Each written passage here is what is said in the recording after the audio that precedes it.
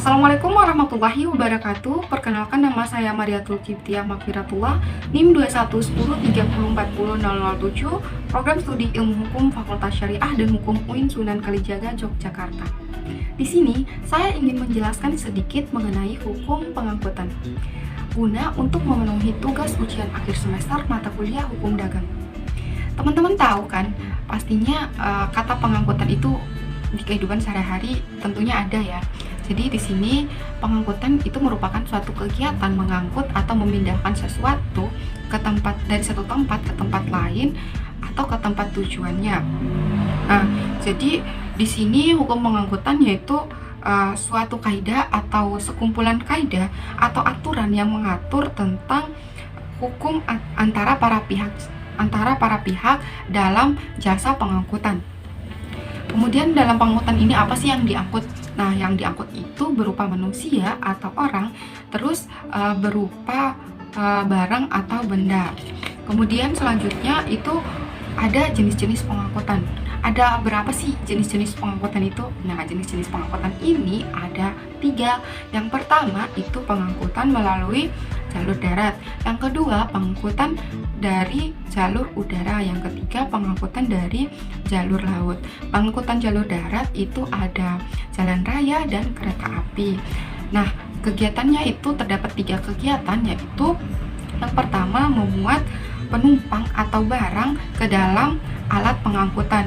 Kemudian yang kedua yaitu membawa penumpang atau barang ke tempat tujuannya. Kemudian yang ketiga itu menurunkan penumpang atau membongkar barang di tempat tujuan. Nah, selanjutnya itu sumber hukumnya diatur dalam salah satu Undang-Undang Nomor 23 Tahun 2007 tentang Undang-Undang Perkeretaapian dan Undang-Undang Nomor 22 Tahun 2009 tentang Lalu Lintas dan Angkutan Jalan. Kemudian yang kedua itu pengangkutan udara. Pengangkutan udara di sini yaitu suatu pengangkutan melalui jalur udara atau menggunakan pesawat terbang. Nah, sumber hukumnya itu terdapat dalam Undang-Undang Nomor 1 Tahun 2009 tentang penerbangan. Kemudian selanjutnya yaitu kapal laut. Pengangkutan pengangkutan laut. Nah, pengangkutan laut ini yaitu pengangkutan yang dilakukan melalui kapal, melalui transportasi laut atau menggunakan kapal laut. Nah, diatur dalam salah satu sumber hukum yaitu Undang-Undang Republik Indonesia Tahun Nomor 17 Tahun 2008 tentang pelayaran. Nah, selanjutnya siapa aja sih pihak-pihak dalam hukum pengangkutan? Pihak-pihak dalam hukum pengangkutan ini yaitu para subjek hukum yang memiliki hak dan kewajiban langsung dengan proses perjanjian hukum pengangkutan. Nah, pihak-pihak ini terdapat 8 pihak. Yang pertama yaitu pengangkut, yang kedua pengirim, yang ketiga penumpang, yang keempat penerima, yang kelima ekspedisi, yang keenam agen perjalanan, yang ketujuh yaitu pengusaha muat bongkar, yang kedelapan yaitu pengusaha pergudangan. Nah, selanjutnya ini ada objek hukum pengangkutan. Objek hukum pengangkutan di sini yaitu segala sesuatu yang digunakan untuk mencapai hukum pengangkutan. Tujuan hukum pengangkutan adalah terpenuhnya kewajiban dan hak-hak atau pihak-pihak dalam hukum pengangkutan. Nah, apa sih hal-hal yang menjadi objek hukum pengangkutan itu?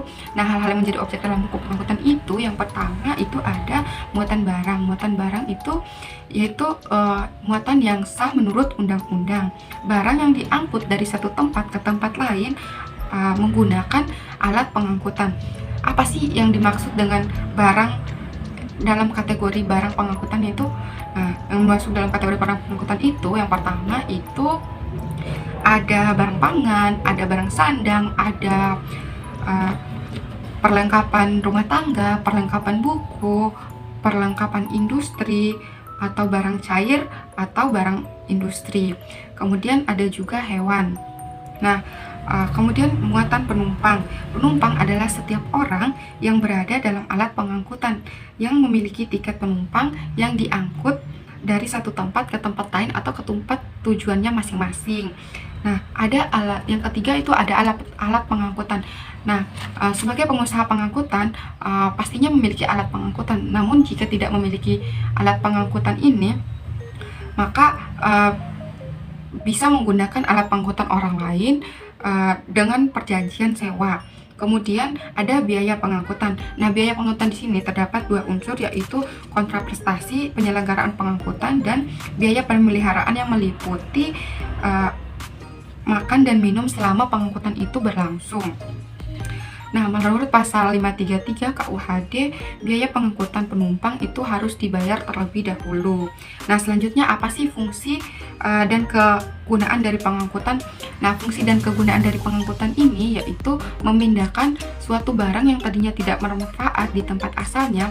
Nah, ketika dilakukan suatu pengangkutan ke tempat lain, maka barang yang tadinya tidak bermanfaat maka akan bermanfaat dan memiliki nilai guna atau suatu hal yang penting dan berguna bagi orang lain ketika dilakukan suatu pengangkutan tersebut.